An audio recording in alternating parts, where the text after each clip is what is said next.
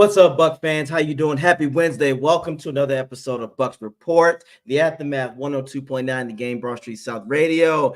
It's one of your hosts, AJ Turner, in the house. We got Coach Slick right here, a.k.a. the British guys always fly. First things first, for all my fellow Floridians out there, I want to send my prayers and concerns for you all. Please be safe, be smart. If you need to evacuate, please evacuate. Someone will be willing to reach out and give you a hand. Especially, I want to give a special shout out to all of my family. My roots start in Hillsborough County, aka Sticks of Fire, aka Hborough County, Tampa Bay, Florida. Shout out to my family down there. God bless you all. I hope you are safe. I love you all so much. And this is a special shout out to my cousin William, who is a Buck fan, the truest Buck fan out there. He is always on that Buck ship in Raymond James Stadium. So, for Florida people, I just want you to know, and Buck fans all over, we're here to do this for you because we got nothing but love, and we want to talk about Bucks. We understand times are hard. We want to get your minds off of this something serious and bring some entertainment into your life right now. So that's what we're here for. And as always, I want you all to know, let's go Bucks. Go Bucks, and as AJ said, if in doubt, get the fuck out. That's my motto. If in doubt, get the fuck out. Mm-hmm. Get the fuck out because, guys, it's serious. We need you. We need you for the rest of the games. We need you for the rest of the games. And look, the Bucks. Baker said one of the realest things. As people are going through things right now, I'm paraphrasing. He said he wants this win for Florida, and that's what I wanted to hear. That is what I'm talking about, Baker fucking Mayfield. Shout out to you for that. That's why we love you. That's why we want you here. And that's why, for God's sakes, Cohen, you put the ball in the champion's hands, the guy who wants to win the fucking games. We're going to talk about that, guys. We got a lot to talk about. We just had to get that out the way. We're going to be breaking down, of course, the Saints matchup. We're going to break down what needs to happen on offense, on defense, what advantages are coming in for the Bucks. We got surprise people that are coming back. But before we get on to that, we got to do a little side note. Buck fans, I'm telling you right now, no fucking way. Fuck no. Hell to the no. Get the fuck out of here. Stop the shit. Stop deluding yourself. We are not signing White back. We're signing him, dude. We're not signing Devin. We're not fucking with you. We're not signing him, Buck fans, because we need to stop simping for him. I'm going to ask you this, guys. Why the fuck did he leave in the first place? Not just because of his bad attitude, not because of his character. AJ, can I know with you? Here's, and I think you'll like this. Let's not just re-sign him. Let's add him to the practice squad. How can you imagine how demoralizing it would be to go, well, I don't need you guys no more. It's like, you need to be on that practice squad, bro. Yes, and the thing is, you sign him for fuck all. He is a depth player. But I will say this, and I mean this honestly to Bucks fans who are a little bit getting the feels, because that's what's happening. We're getting the feels. We're getting that nostalgia. Going, oh, we could have that guy back. And just remember what he's done in the last 2 seasons. It hasn't been pretty. He's been replaced by the guy you all fucking hate right now in KJ. Everyone's disliking right now in KJ Britt. So and you also got to take into account they cut him. That means he wasn't good enough to be the starter, and he wasn't good to be second string. That means he's third string at best.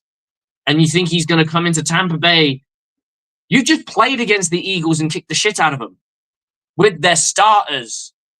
And you think by taking out someone from our defense, plug in White, that he's just going to miraculously play to where he was. And I will say this. If the Buccaneers decide to go down that route, that's their choice. Familiarity in the scheme, I get it. I understand the logic behind it. But that guy's going to have to, if he does come in, I don't think there's any guarantee that he's going to play or even start. But for me, I'll bang him on the practice squad because that humbled some shit. Yes. No fucking 50 million or whatever the fuck bullshit number he was posting out there.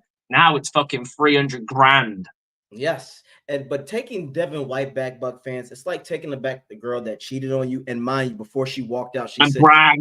Yes, and Bragdon said you couldn't fuck.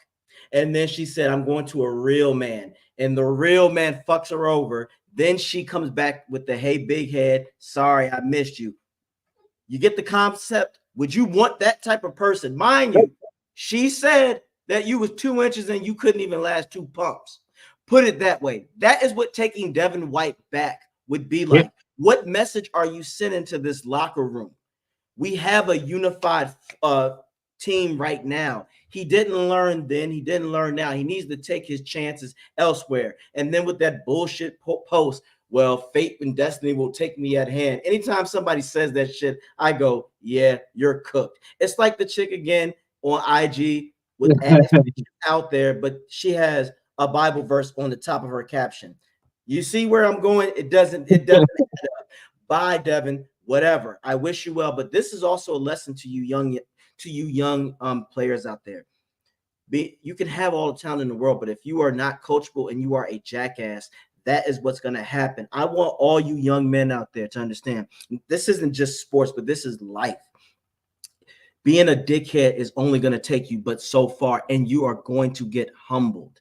This man literally was around champions. Slick told you this before. You had Levante David, you had Tom Brady, you had Gronkowski, you had all of these people that showed you how to do it and how to be a champion. Antoine Winfield, these people, Tristan Wirfs, and you see they are all paid now. Because you know why? 2 things you got to be in this league, Slick, and I always say this is in general, you got to be humble and hungry. Once you get fed, though, or once you allow people to feed your ego, that's how people get stuffed. And that's how they lose interest. Devin White, you're 26. I hope you bounce back. But I'm telling you this right now. Get your head out of your ass. Don't be a dickhead anymore. Shut the fuck up and play. Did you ever hear his interview on the Pivot podcast? Yes, I did. And I thought, and that's why at this He point, came up as fucking, like, when you look at it now and you yep, look at it in hindsight, which is a great thing to have occasionally, he comes across as fucking deluded. exactly. That's why He was there like, yeah, you know, I needed to emerge from Levante's shadow to prove everyone how good I was. Okay, I didn't have a problem with that because I can understand being next to greatness. Imagine the guy who has to play next to fucking Ray Lewis. But you're considered good, but you've got Ray Lewis next to you. I get it. I get the logic. I had no problem with him spouting that shit. But the way he spoke was like he was a mover and the shaker in that in that organization. That he was part of the fucking trust process. That he was part of the leadership. All these things. So it was almost like he basically turned around and said, and he never said those exact words, but I've got the fucking starting spot on lockdown, and I'm gonna fucking show everyone that I'm the fucking man. And he got cut. And he got cut. And he underperformed. Because remember, Pete Buck fans, we saw Devin White play at the highest level during the Super Bowl run, and we all were convinced, man, he's got it. But after 2021, it started to diminish, and the real Devin start showing up. He couldn't cover. That's why I told you, Buck fans, why would you want him back? He's not an answer to our problem. I think you trade here if you trade him for KJ Britt. I'm not saying trade, but as in you have them next to each other. I think it's a sideways step. I don't think you get anything more out of it. Everyone sees the speed that he used to have, but he hasn't played like that ever. When you look at KJ Britt, the only issue you have is tackle's been a little bit off the chart. He's basically fucking Devin White. Yeah. He's Devin White that you haven't have to pay a fucking load of money for. So why would you go and get Devin White, who's a carbon copy of KJ Britt now? Exactly. You have 2 fucking clones next to each other. What do you think is going to happen? But let's go down this road of linebackers. There are some linebackers available. Zach Cunningham, Ezekiel Turner, Shaq Leonard, Juan Alexander, Josh Woods, Jared Davis, Blake Martinez, if I remember, was a bit of a stolhart, bit of a dude in his time. 30 years of age, so he's probably losing a step. Jacob Phillips, Dylan Cole, Andre Smith, Calvin Munson. So the only names that really pop at me are Juan, and that's only because we got priors with him, Blake Martinez, Shaq Leonard, and Zach Cunningham. I'm in the Shaq Leonard field. I think Shaq Leonard can cover enough to where he'll do just fine. He could be But useful, he and could he ain't be gonna break. He ain't gonna break the bank if you want to take no, that risk. no, he will be useful. But for Buck fans out there, we had to get that out there about the Devin White situation. I'm aware of that, but my whole point about the Devin White, it's bigger than just football. That's life. If you are a dick too much, you're the one. When you behave like a dick too much, you're the one who's eventually going to get fucked. You're only fucking yourself when you behave this way. So for you future young athletes out there, don't be an asshole for so long because it's going to affect you. So People remember. Mm-hmm. Will remember. Look, he had a lot of people in that room. I think the only thing that would get him into Tampa is Coach Bowles. Exactly. Coach Bowles and Jason Light would both have to sign off on it. And like you said, if you come back, we will get you cheap. Now, if dude, they'll sign him for a minimum deal. There's no way on how they would pay him any real money. Why? Yeah, I wouldn't do it neither. League minimum. I'm brutally honest. I would stick him on the practice squad because if you want to be fucking humbled, that's a way to be humbled. Mm-hmm. I agree. And then work your way back into the team. Work your way back into the team. Exactly. So I mean, you look at this. This is if the Buccaneers did pull the trigger and put him on the practice squad, that is last chance saloon. That is your ultimate last chance. And if you fail on someone's practice squad, you're done. No one's signing you. You might get you'll probably the most you're going to get is veteran minimum as an opportunity to try and make a roster next year. That is it. No one's looking at you at anything else. No 3 million. I don't know. I think he signed for 4 million. Yeah, signed for 4 million. Yeah.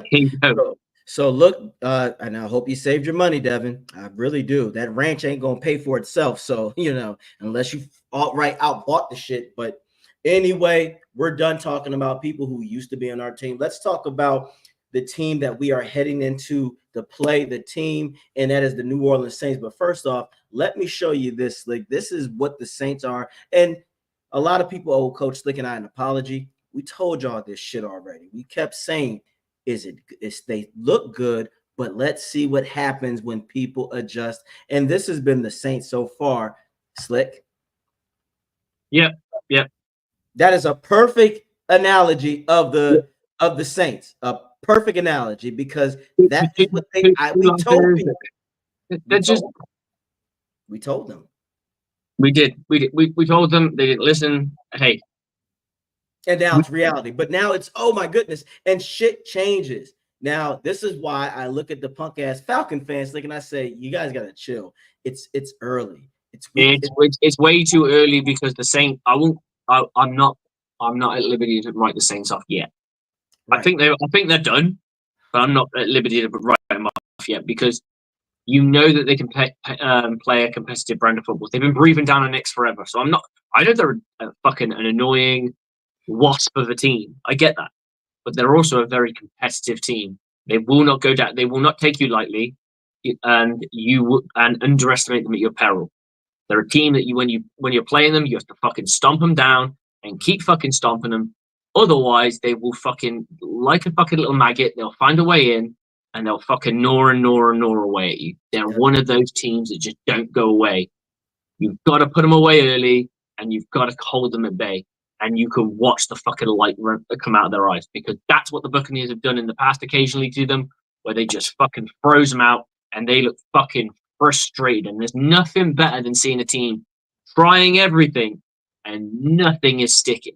And they're failing. That's right. So do you hear that, Bowles? Do you hear that? This is why, in a way, after this loss against the Falcons, this is a perfect way to rejuvenate yourself like we did against the Eagles. When we lost against the Broncos, we were frustrated.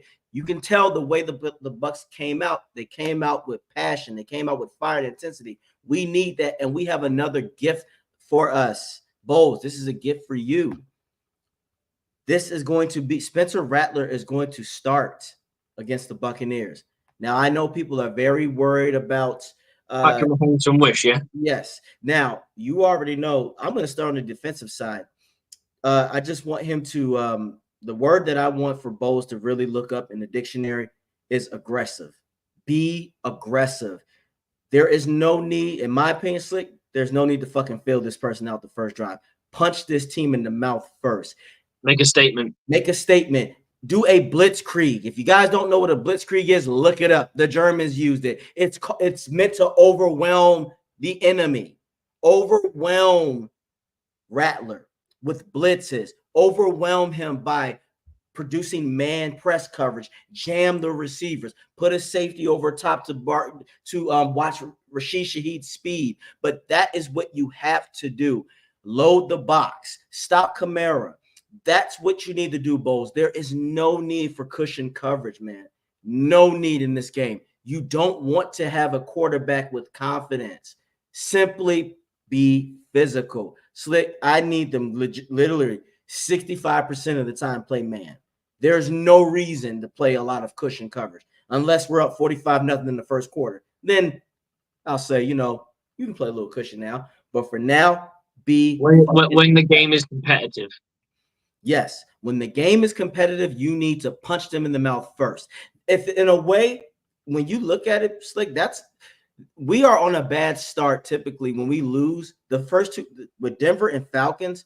We get punched in the mouth first on offense. When they drive down the field, that's usually the start of a bad thing for the Bucs. It happened against the Broncos and it happened against the Falcons. When they march down the field, Bowles, you're bending, but you're not breaking, but you're folding. So be aggressive. Stop being stubborn. If they get beat on one play, who gives a shit?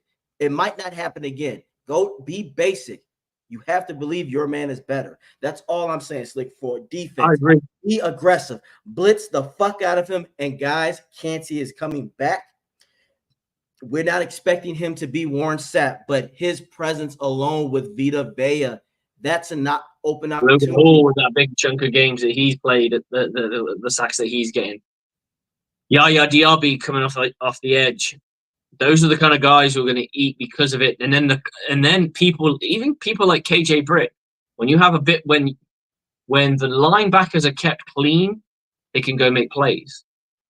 When the linebackers are getting blocked by offensive linemen because the defensive line can't hold anybody, or at least keep them clean. So there's two schools of thought of it, right? You can go down the route of where your linebackers will make all the plays. And this is traditionally what's done in a high school. So your linebackers will make all the plays, and your defensive line just keeps them clean. Mm-hmm. Or you go down the route of the other way around. The D-line hunts, and the linebackers just take what they can get. In the NFL, you've got to play both. You've got to keep them clean as much as you can, but at the same time, you've also got to make your plays when you get the opportunity. That's right. And I think that if the defensive line does its job from a run fits point, which for the most part they have. Yes. Tackling's got to be better. Oh my God! If we can get if we can just get tackling right, that's a huge step for me. The second step would be cushion coverage, because I can live with that. Because even with cushion coverage, they were getting the ball in space, and we're rallying down to make tackles, and we're missing tackles, and they're able to spring them for bigger yardage. So I would my first get that tackling sorted. Then we can start playing with this coverage and add the pressure. The tackling has to. You can't win a game if people can't tackle. Straight up, you're never going to win shit. You can't tackle, you can't block, you're done. Exactly. But this is why start them off slow first. Start them off with the basics of I'm going to beat this man. And this is a rookie. You don't know his arm strength. We don't even know. Let's say one of your DBs do get beat Bowles, but because he doesn't have the arm accuracy, he might still throw a pick, or he might not see something, or the pass rush will get there. This is the time you want to get exotic, because if there's one thing this kid's not prepared for, it's exotic blitzing in the NFL, which is what Coach Bowles is known for. Exactly. I want you to play your safeties up and down, corners shuffling left and up and down. So he has no fucking idea where the pressure's coming from. And then boom, it's coming from somewhere completely different by a guy who's completely stationary. All this movement meant fuck all. Why do they use motion in generally in the offense? Two reasons, right? Mm-hmm. One is window dressing. I want to move players around and force them into positions. Also allows you to see what coverage helps you see what coverage they're in. Mm-hmm. But for the most part, it is used to make you think you're doing one thing and you're actually doing another. So if you're going up against a team that does a little bit of maybe a play action triple option,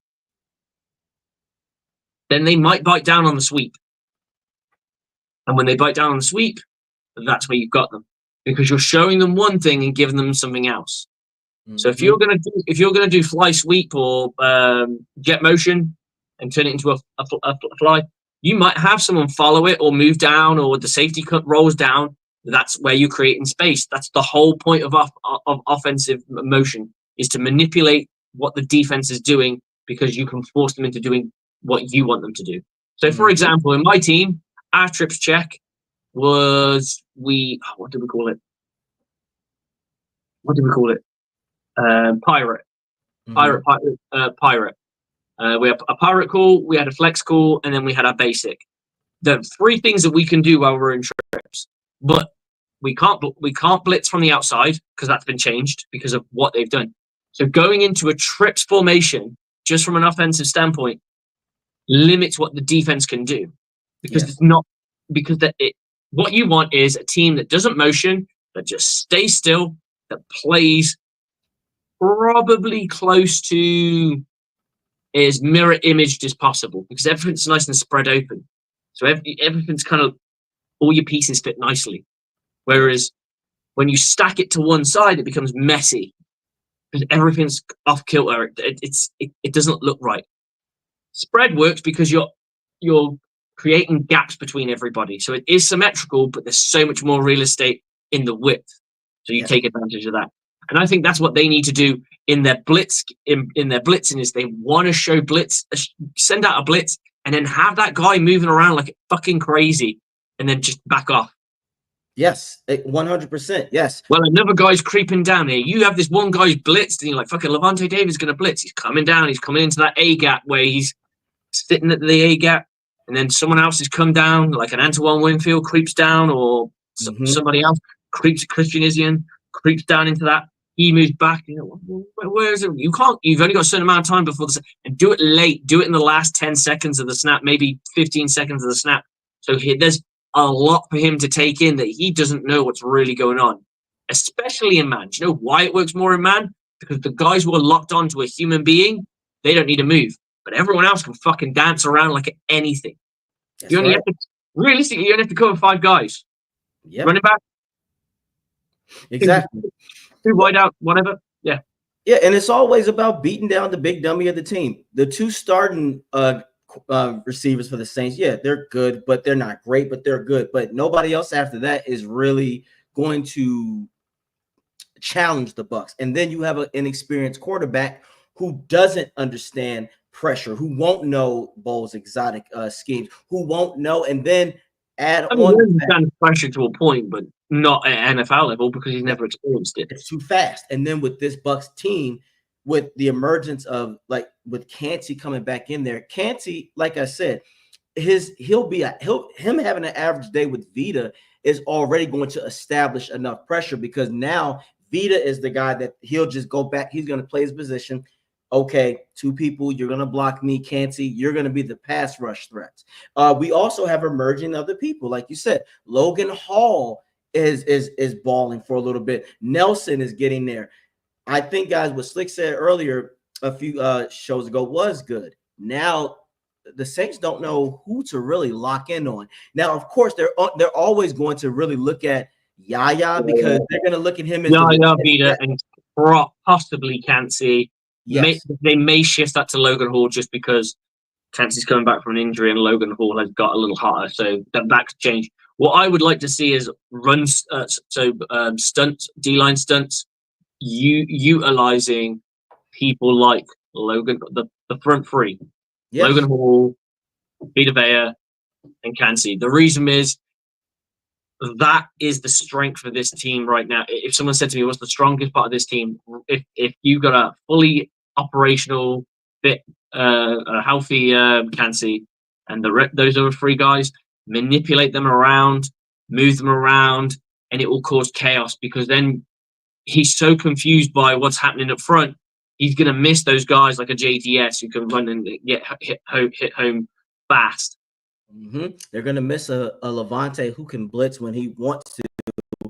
They're going to miss Izians and in coverage, also Tyke Smith is good at blitzing. So if I'm Bowles, load the man press and jam on first down, and then you blitz on seconds. Because I guarantee you that blitz on if they play man on the first drive and it's a incompletion, now you can blitz because they know the Saints are going to have to try to pass to get some space. That's where you can get that sack. And then if it's 3rd and 17, now Bowles, you can do a little cushion. You can do your little 5 to 7 yards off if you have to, because now that's the whole point of it. That's the whole point of having that cushion coverage, is that you're playing like a prevent system where you're allowing them to catch balls in space, but you're not going to give up the first down.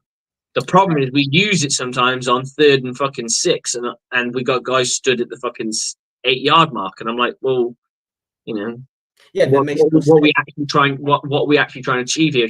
I understand that you don't want guys to be stood on the let's say it's 3rd and 2. I don't expect that you to call a play where you have guys sat at the 2-yard marker, because realistically, you're not going to throw a ball with that early.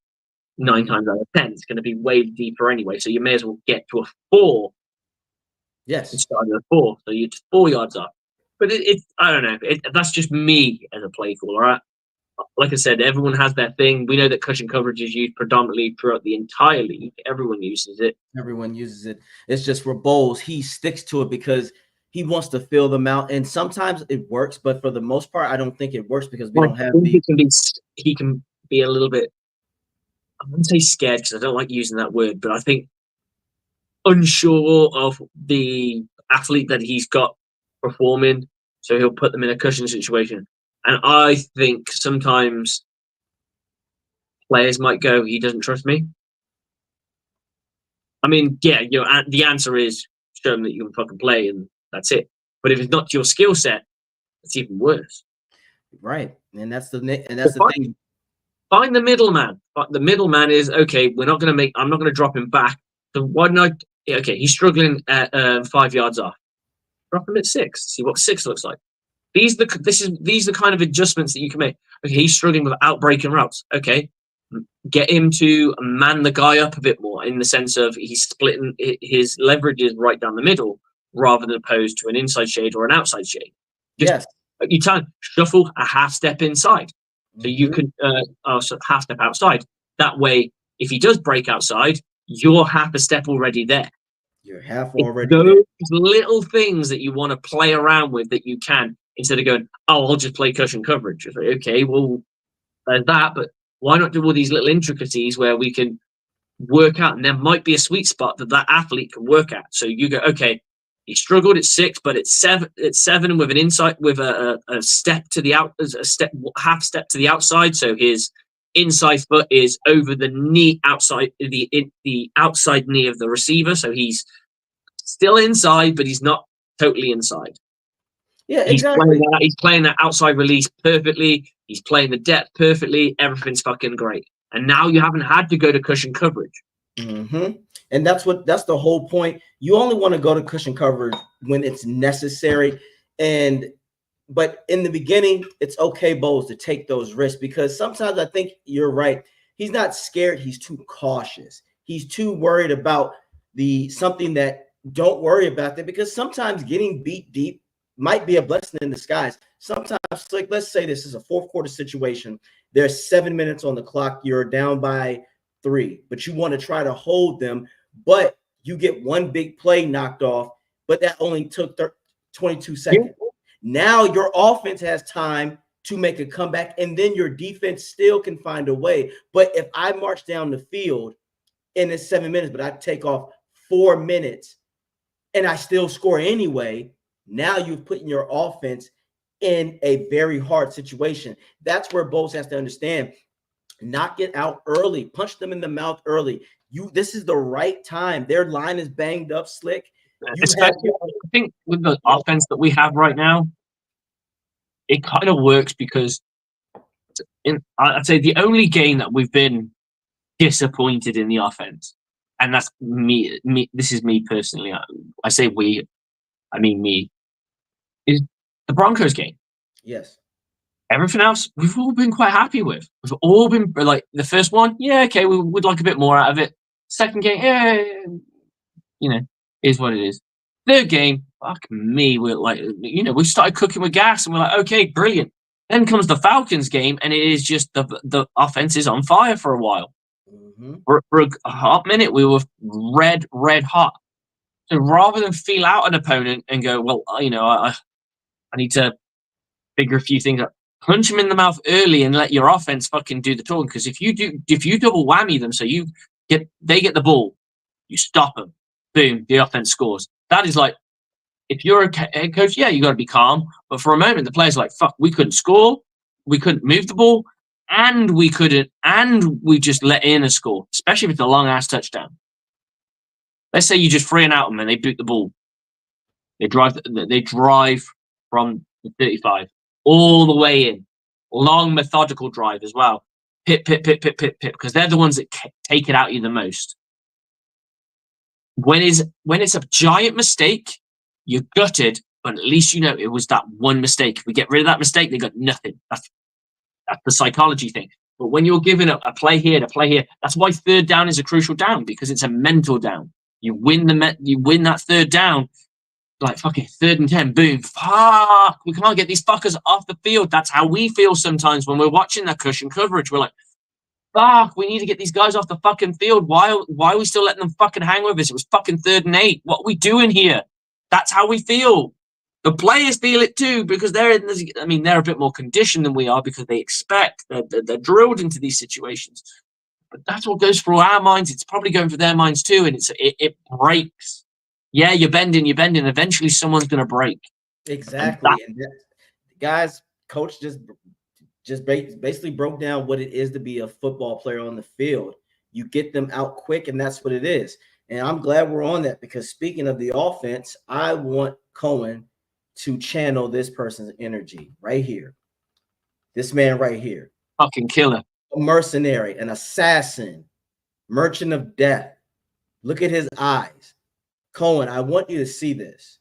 Michael Jordan is the epitome of take him out. You take that shit personal. Cohen, I want you to take that shit against the Falcons personal and understand I fucked this up. You just said it. Slick just said it. Your offense is on fire. There is no reason to take the ball out of the winner's hands. Baker is cooking. Utilize the pass to set up the run. The run will get there, but utilize what you do best, and that's throw that fucking rock. Be creative. That first touchdown to Mike Evans, as you said, with the motion, it confused the entire fuck out of the Falcons defense. That's why Evans was wide open. Even the second touchdown, wide open, because it's creativity. You need to learn, Cohen, you have to learn how to continue to keep that kind of process up. Even when you are up, you're not up. With different players, like, okay, they'll see the same thing from Mike Evans, but if there's that whole phase, for me once, shame on you, for me twice, shame on me. Yep. Start doing it with different players, like from different areas of the field, the different parts of the field. Like, let a Chris Godwin do it, or show that same fucking thing, but play something underneath it. That's where the creativity comes in. So, they're going to run that fucking shit with Mike Evans again. Fine. But then we play like a crosser route underneath it, or we have another route underneath it that's going to be wide open, because everyone's going to bite, because they've seen it before. And when they've just given up 2 fucking touchdowns on it, they're definitely going to fucking bite on that shit. So you place it. Your adjustment is, we're going to play something underneath it. Mm-hmm. That's now just a decoy, because we know they're going to bite on that shit. And if they don't, we'll keep going to it. First read, second read. Done. And another thing that I want to see them do, Slick, in my opinion, is when they get sometimes when they are getting close to the red zone and the goal line, do a no huddle offense. Hurry it up, speed it up, make them desperate, because then this is what's going to happen more than likely when you do a speed up. Now the Saints are going to want to have to try to rush the quarterback as much as possible. And I feel like most defenders go into a prevent mode, and that's where you can slice them up even more. But get the ball out quick, or you could do a simple HB, draw up the gut and move it and keep moving. So again, the Buccaneers have the personnel to go into a spread formation, and I mean this, to go from a spread formation and then go run heavy. So what I would do is go run heavy on the first down. If you're good, we'll call it lightning. We'll call it lightning after the Tampa Bay Lightning. We're lightning. We're going to come out. We're going to give one tight end, one back, and then we're going to add Chris Godwin as the wing back on the one side. On the opposite side, I've got Trey Palmer. We've got Mike Evans. Whatever you want to run, it doesn't matter. Let's have it a run play. Get a run play in. Boom. As soon as you do that, spread. They're still in fucking on your first down. Oh, they ran the ball. No, you boys ain't going nowhere. We're already spread out. You're showing them a really hard run look that they're gonna put their heavies in. They're gonna put in their run personnel in. They're gonna go one high. The nickel's not gonna be in there because they know you're gonna run the ball on first down. Fine, we're gonna run the ball on first down, but you're not gonna get a chance to make a fucking substitution because we're not going to substitute because we got our guy in there that can play it in a spread if we need to, or a nasty slot. And then you start taking advantage of them. You don't give them chance. That's right. Don't huddle. Just go no huddle. You don't have to be fast with no huddle. I don't know where everyone seems to think. You just don't substitute. And the moment they try and substitute, you fucking play something. No one will come on the field as long as you're lined up. No one will come on the field. And just be relaxed. You don't need to be in your stance. Just stand in your spot. Yep. And then have a word, go. And then they go, everyone gets into their spot, boom. And now we're running. Use it. And another thing, of course, the offense needs to go through Mike Evans first. It's not a coincidence that when Cohen was doing that against the Eagles, we were having our way because everybody can move around. Target Evans. Find a way. I disagree. I go the opposite way. Because they're going to place Lattimore, and I know what you're thinking. I want Mike Evans to get the best of him. I completely agree. But if you play like he's a non-factor, they're going to get lazy. And then you can go to Mike Evans. Well, yeah. And then Lattimore will look like a fucking retard because he's like, I'm fucking matched upon this guy, and they haven't fucking thrown to him once. It's fucking pissing me off. And all these guys are getting fucking balls. He's going to complain to his coach. I'm covering Mike Evans and I'm fucking doing nothing. And especially if they're losing. Frustration. Especially if they've decided to double cover Mike Evans with the safety over the top as well. You don't throw to him. Decoy it. Don't get me wrong, if he's the first read and he's wide open, for fuck's sake, yeah, we throw that shit. What I'm saying is play a little bit of chess with them and make them think that, okay, we think you've got the best of him, so we're just going to leave it. And then you come back to it and you hit them with a shocker. Because if you go too early, they'll prep. If I was a defensive coordinator, I'm expecting you to go to Mike Evans early. I'm expecting it. So I'm going to double cover him so you can't. Now, don't get me wrong. We know Mike Evans is that player that will bust it open occasionally. But to begin with, it might be dead. So what you do is you just don't even look his way for a moment. Just say, Mike, first quarter ain't going to be your day, but I want you to run like it's your fucking hardest runs that you've got out there. You can come out for a play if you need to, rotate whenever you need to, but I want you selling shit because they're going to bite on everyone else and then you're going to get yours because it's going to be that over the top, over the head bullshit that we love to throw that's going to piss them off because they're like, oh, fuck. We left them alone, didn't we? We fucking left them alone. We left them alone and now we're fucked. Yeah, and you can try that in the red zone. If you get in the red zone, okay. Yeah, in the red zone is the red zone. And we know Mike Evans is that. Oh, yeah. I don't want to use Evans to necessarily drive down the field. I agree with that. That's where you got Godwin for. That's where you got Rashad White. That's why you got Otten. That's why you got Sterling.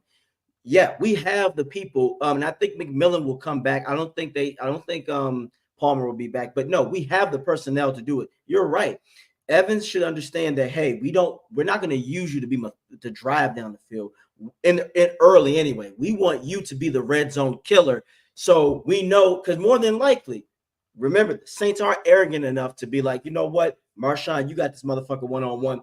We're going to put another safety on top of Godwin because we know Godwin can make us pay. And that's where you put in your trust and go, okay, Baker, this is where you're going to go. Cook him on this drive. And here's a little play for you that you might like. A little bit of X's and O's. I got double crosses. Mike Evans. We got McMillan back? I think he'll be back. Or Trey Palmer. Doesn't matter. Hey, Sterling Shepard going there. Anybody else? Yes. So, shallow cross, deep cross, and underneath, screen. Yeah. That's a hell because that fucking pull. Everyone thinks that with a screen you go to block, right? But when you run and you've got pass catching threats, yes, he's running the opposite way. Exactly, and that's what we're saying, guys. That's a good call. Yeah, and sometimes put Mike Evans in the slot and make Marshawn beat him there, because I think Marshawn is more comfortable playing Evans on the outside because he feels he has more leverage. I don't know if I think he might be onto something there. I think, well, I mean, outside corners always struggle generally because their skill set is built for what, different, the out routes, the deep stuff, a very basic route tree. Whereas the slot guys, they usually aren't as fast, but they are very quick. Mm-hmm. So what you want is, if you can get that might be a good thing to take advantage of. If you can get him to go into the slot, because he might have a bit of an ego thing. I'm traveling with Mike Evans. Wherever he goes, Mike Evans is going. So I want to shut him down. Yes. I want to be the guy. I want to be the guy that says, yeah, he may get 1,000 yards a season, but I shut him down on a regular basis. Fine. Right. Move him into positions where he's more favorable, and maybe get a nice little rub route or a double cross route where the two wide receivers cross into each other, across each other, and you can get that timed right. He fucking gets lost and boom. And Mike Evans is really good with a double move where he kind of fakes in and back out. Yep. And he's going to do. I think he'll have a lot more fun there in the slot than he would outside, because there's only so much real estate you're going to give up anyway. 100%, and that's another thing too. You're right, his ego, but also in reality, there's nobody else on the Saints roster that can really hang with Evans like that. So in a way, Marshawn is their best option. But like I said, Marshawn, I don't think does well in the slot. As like being a nickel, trying to guard Evans. Like you said, Evans' body is also he's too lanky, and he can make certain moves. Like you said, Marshawn, if he doesn't get the first push off and like jam Evans, and especially in the slot, it's a wrap. That's why slots don't generally jam just because it's usually a quick hitting route. Mm-hmm. So right. There you go. So there you go. They do it, but it's just not as common as coming down on it. So not everyone can get pressed upon. Right. And slots don't normally. Tight ends do, because you want to delay the release, but we'll see what happens. But Mike Evans, I think Mike Evans is fine. It's more of the case of just knowing when to use him. Don't go to it early. Give them a minute to think that he's not the number one, even though he is the number one, and we're going to make you play disciplined football. Mm-hmm. And that's where the short passing can come in, and that's why we're saying dink and dunk your way, be methodical, because then they're gonna have to. If let's say, hey, dude, you get down the field, you burn 4 minutes off the clock, and you score a touchdown, and it's fucking 4 third downs that they've given up to get there. They're gonna be pissed. Yep, and they're gonna be forced to not load the box, because I was about to say, let's say the first 14 points are literally passing downs. Now, like you said, frustration comes in. Fuck, guys, we gotta get out there and contain. Okay, contain means now you gotta load. You can't load that box, like you said. Now, Bucky, this is your time. You do the opposite of what I said before. You go in with a really light look, a spread look, or a trips look with, let's say, an obvious Rashad White in there, who's more of the pass catcher anyway. Does run the football as well, but it is more of the pass catcher. So the odds are that they're going to run past. Now you're going to hurry up because you've got your speed out there, but you've still got Chris Godwin can block it when he needs to. Mm-hmm. They've got their lightest guys out there because you forced them into a dime package and they can't sub out of it. Run the football, run the football, run the football. And they're like, fuck, we need to get our heavies in and we can't because they keep fucking lining back up. No one says you've got to actually go full speed. No one says that you've got to fucking, the moment the ball's been picked up by the ref and spotted by the ref, you've got to be literally on it. Yes, that's usually how a hurry-up's run, but you don't have to run it like that. You can run it like a no huddle. Right. Run it like a no huddle and have people lined up. And the moment they try and sub out, you go. Boom. And 100%. Yes. Make them play fucking chicken with you. Right? Try and sub out.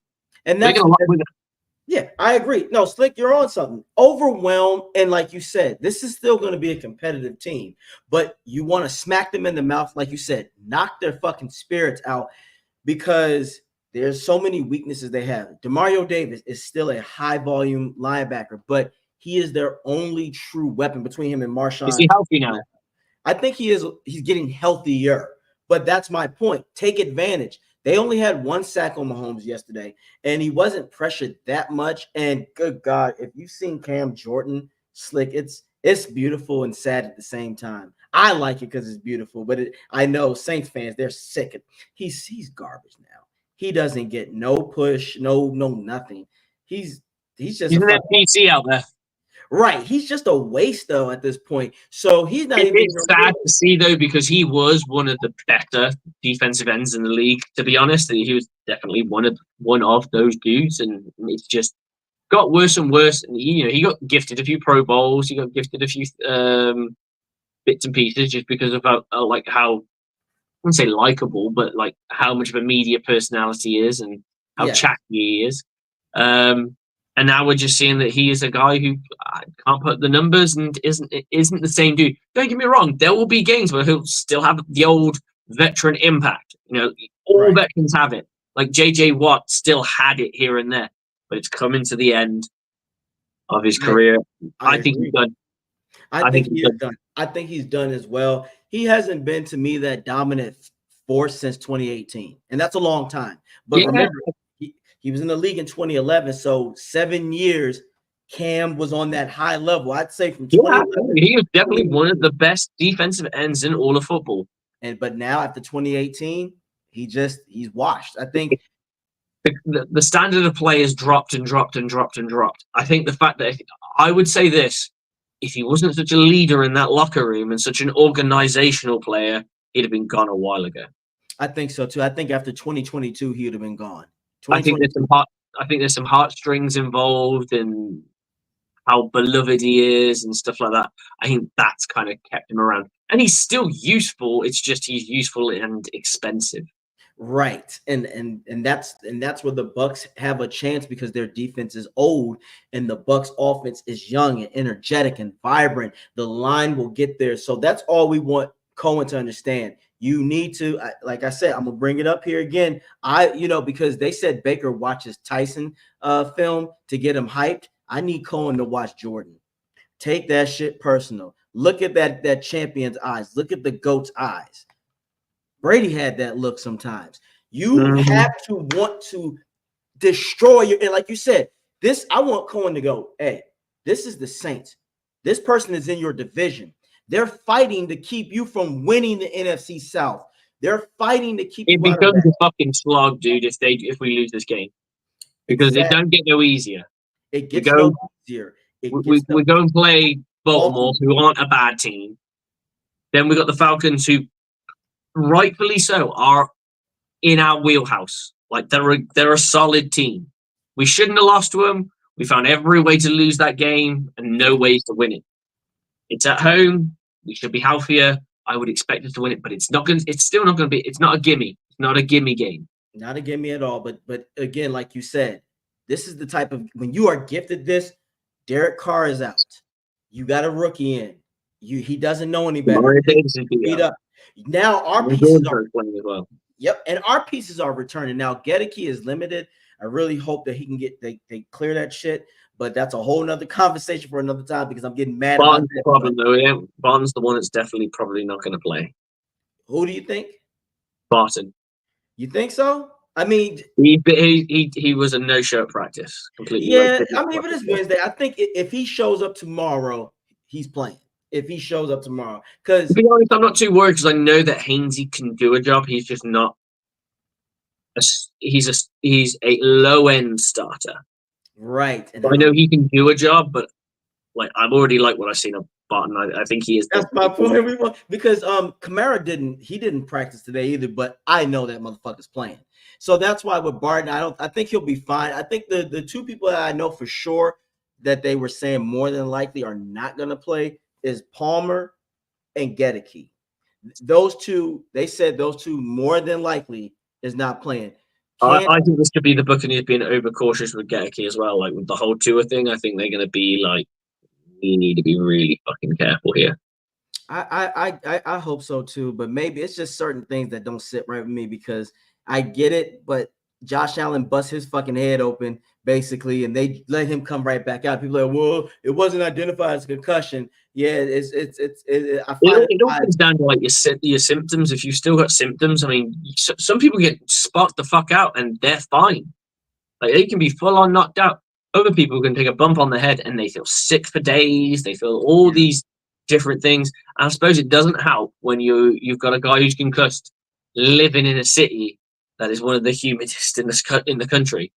So you're constantly fucking feeling hot. Can you imagine just how nauseated you'd feel anyway if you're feeling a little bit dehydrated? If you feel a little bit dehydrated, haven't got enough fluids. I always get a headache when I'm dehydrated. No, I understand. But it's one of those things where the Bucks still, with the returning of all these people coming back, Canty, this is your chance to take over and dominate this game. That's why I do think, like you said, you can't. In a way, this is must win. Now, people might say, AJ, you sure? I'm saying yes because you don't need to lose to a wounded team like this because now you're fucking up the morale or the frustration. You win this game because, like you said, this schedule ain't getting any easier. Ravens, Falcons, Chiefs, 49ers. Them four fucking people right there. You got to at least walk out 2-2 or 3-1. Anything else is unacceptable. So Bucs, Saints, you go into town and you whoop that ass.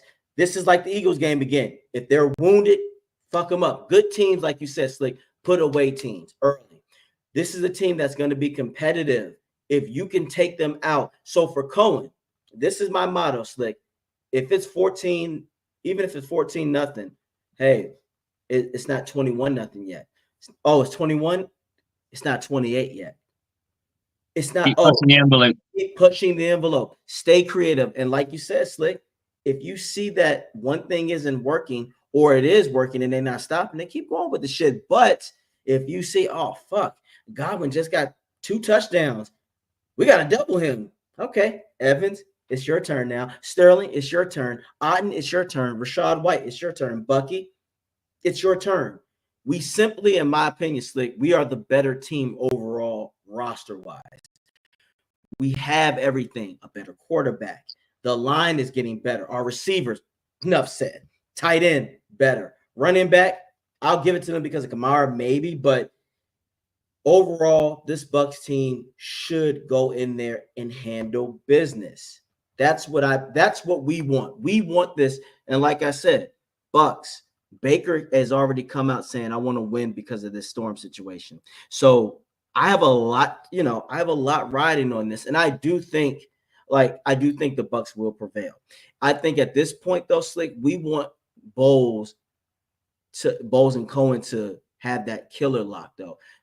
If they win by 3, I'll be happy regardless. But this is not. It'll come down to how we got to that situation. Was it defensive laps? Was it a special teams stupid thing? Those kinds of things. But we do have someone in the house that wants to say, "Hey, let's bring in Rick." Yes, go ahead.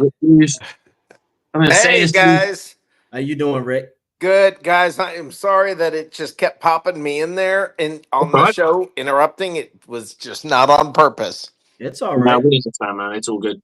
Hey, prayers up to everybody in the area. With the storm that's hitting. I know it's bad out there. Everybody stay safe. Hopefully you're, hopefully hopefully if you're anywhere down near Sarasota or Venice or Port Charlotte, you found somewhere safe to be. But it looks like maybe Tampa avoided the brunt of this, so that's good. Yeah, Um, let's hope well, so. okay, guys, on the game, I gotta agree with almost everything that AJ said. I mean, look, here's the bottom line. We have a better quarterback than they do right now. We have better running backs than they do. We have better wide receivers than they do. We are better than them. If we do not win this game, it's a shame because we should win this game. And AJ is about to get happy that I'm about to say this. We need to play aggressive. We need to get after the quarterback. We need to be more aggressive offensively. I just think the one thing I don't want to see happen, the one thing that y'all know I love Todd Bowles. The one thing I don't like about Todd Bowles is sometimes he plays not to lose or he plays scared, and I don't want to see that. I want to see more aggressive this game. Just this game, get your lead, then you can go back to man. Go back to zone, but you just cannot leave the center of the field wide open. And let's not make a star out of this quarterback like we did out of Trevor Simeon. Um, that's the thing that scares me more than anything is Bulls saying, "Let's not get burned by this young guy," and then he just lets him chew Go up where we the want. yards. You can't Yeah, do that. You can't do that. I agree with that, Rick. I think the issue we've got is his philosophy of like this bend but don't break or allow them to get the ball in space works fine if everyone's making tackles. When you're not making right. tackles, it's fucking pointless. Correct. And you also and it there's the don't break part of bend. I mean, you can't just keep. I mean, I get it. Look, I don't care if they kick field goals for most of the day and we're scoring touchdowns. Okay, that's a trade off I'll take. But what my problem is when you play it so safe, play it so safe that next thing you know, they're in the end zone, and you just.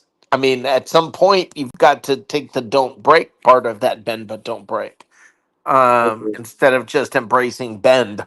Um, and I'm all, and I look. I don't expect overly aggressive from the start. I don't expect them to, yeah. There is a certain amount of feeling out that you do, just like a prize fighter or whatever.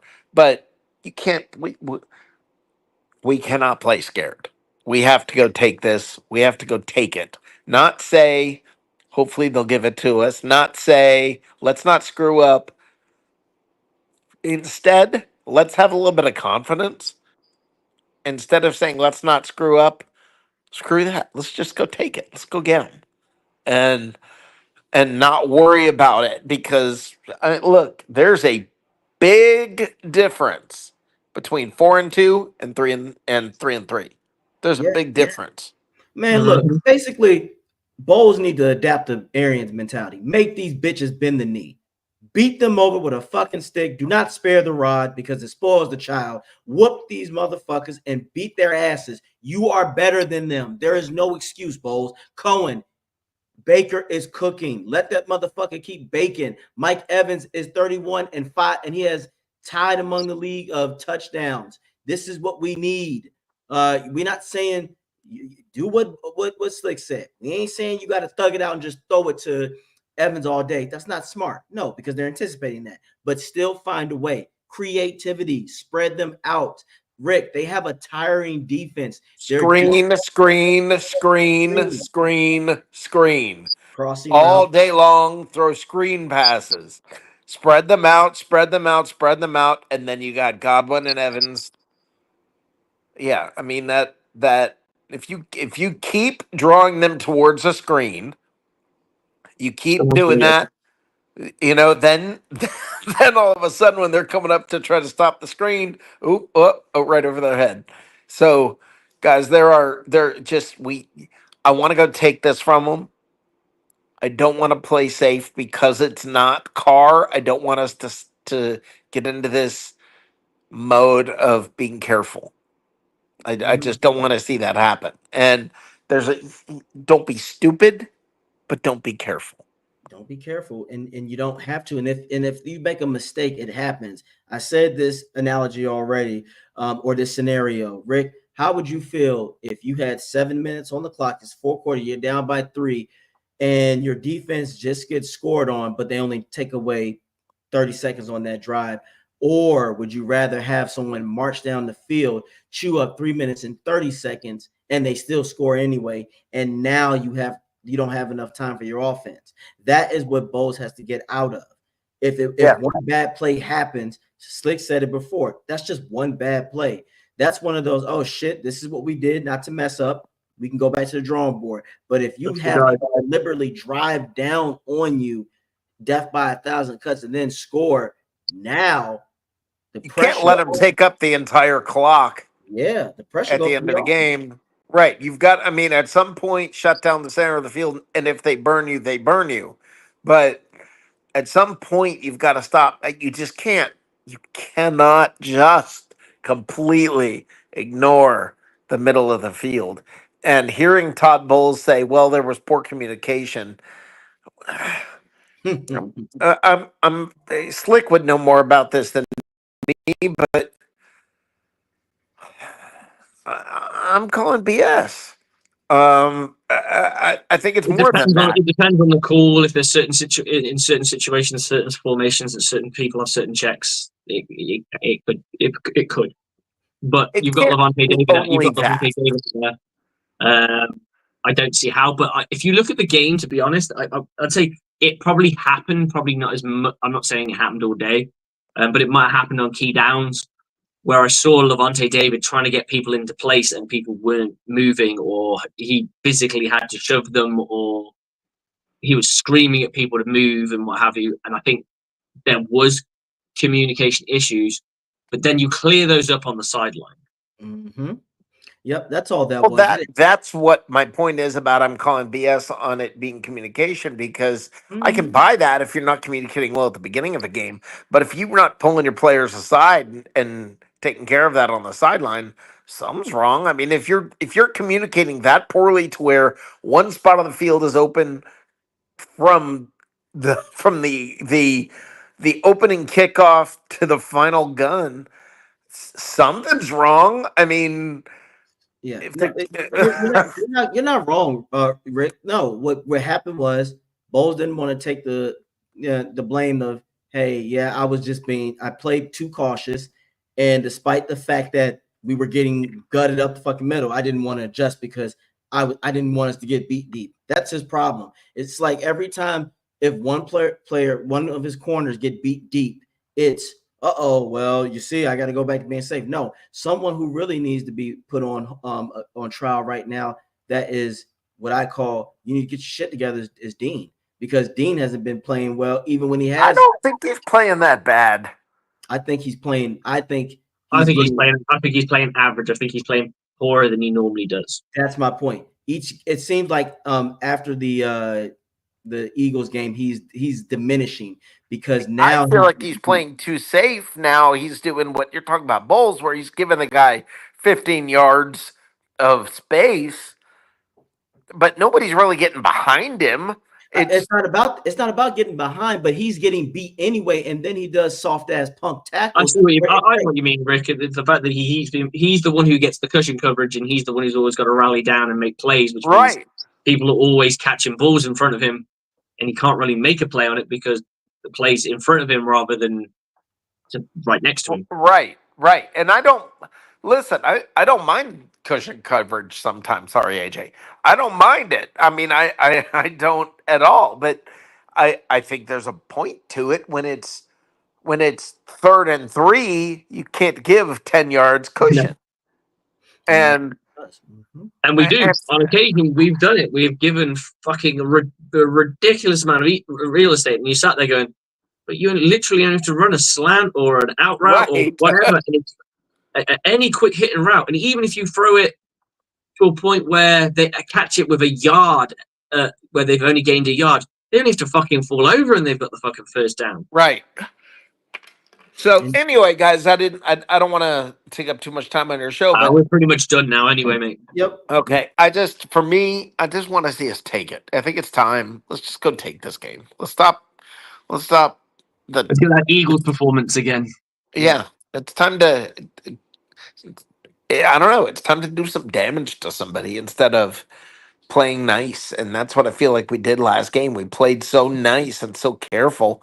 Maybe it was because it was Thursday and we didn't get to practice in the same way. We all know Todd Bowles, the Buccaneers through history have always seemed to suck on Thursday.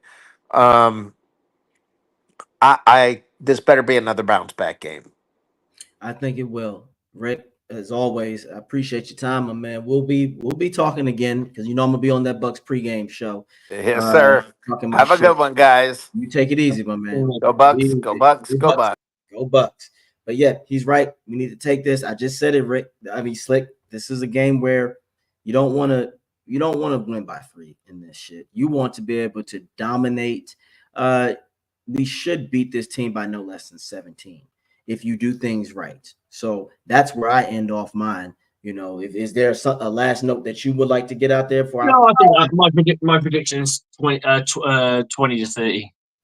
20 to 30. See, but I've got us cruising the win all the way towards the end. So most of the game, it's gonna be 13-30, and they get a last minute touchdown that's just an icing on the cake, dress up the fucking final score kind of thing. Okay, I'm gonna down by 17 originally, but they get a score that kind of right. So garbage time points, basically. Yes, yeah. That's where I got. It just dresses at the final score. The Buccaneers will get the ball back. They'll try an onside kick. They don't get the onside kick. Buccaneers will kneel out. Job done. Cool. All right. Well, guys, you already heard it. Again, prayers out to everyone right now in Florida for this hurricane. Be safe out there. Thank you for your time. I hope this took your mind off at least a good hour. And now you can say fuck the Saints, fuck the Saints, fuck the Saints. So, guys, thank you for always checking us out. And again, go to my YouTube channel. It's about Bucking Time. Posted a video, a matchup. And also on my TikTok and Instagram, AJ Turnup. I'll be on there going live on TikTok. So you got to hear me out. But as always, guys, thank you for your time. Slick, you the man. And I'll see you in a few weeks, man. See you in a few weeks. Go Bucks. Take care of yourself, homie. Take care, sir. Go Bucks. I'll speak to you soon. Peace. Okay, guys, that is the end of the show. Thanks for everyone for tuning in. Questions that were posted. Appreciate that anyone who's popped in a question and if we had or hadn't gone through it. But guys, stay safe. It is severe weather out there. I mean, I wouldn't know. I live in the UK where it's boring and raining all the time. We rarely see sunshine, but we just want you guys to be safe. We can come out in style for this Buccaneer game versus the Falcons, which I will be hopefully attending if the place isn't too smashed up. And that's what I'm hoping for. But guys, just stay safe. It's all that matters. Stay Florida strong. And Bucks on me, Bucks on free. 1, 2, 3. Go Bucks!